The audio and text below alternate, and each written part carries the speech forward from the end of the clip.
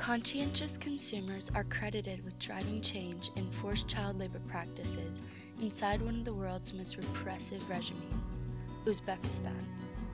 But while progress has been made, the fight is far from over. Hundreds of thousands of students in Uzbekistan are pulled from their classrooms every fall and ordered to pick cotton for little or no pay. A mother was recorded on video saying that if she didn't send her child to pick cotton, she faced a fine equivalent to 2 weeks' pay.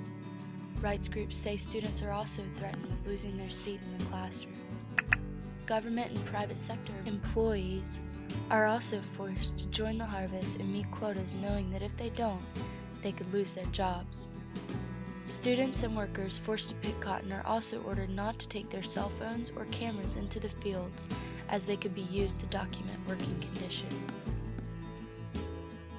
Forced labor in Uzbekistan's cotton industry is a legacy of the Soviet era.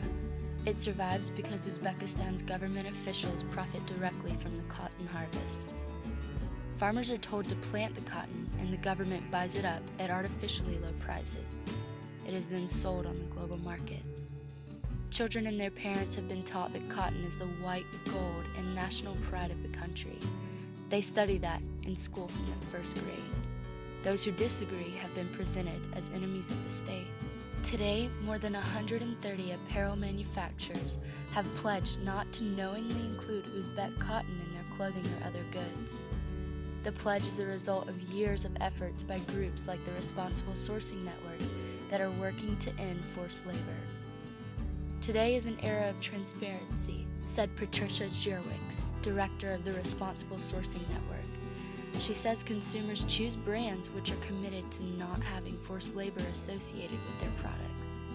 That pressure is making a difference. In 2012, Uzbekistan announced it was ending the use of primary school-age student labor. Activists like Elena Yervile found a sharp reduction in the very young, but found last year's harvest still saw high school and university students forced into the field.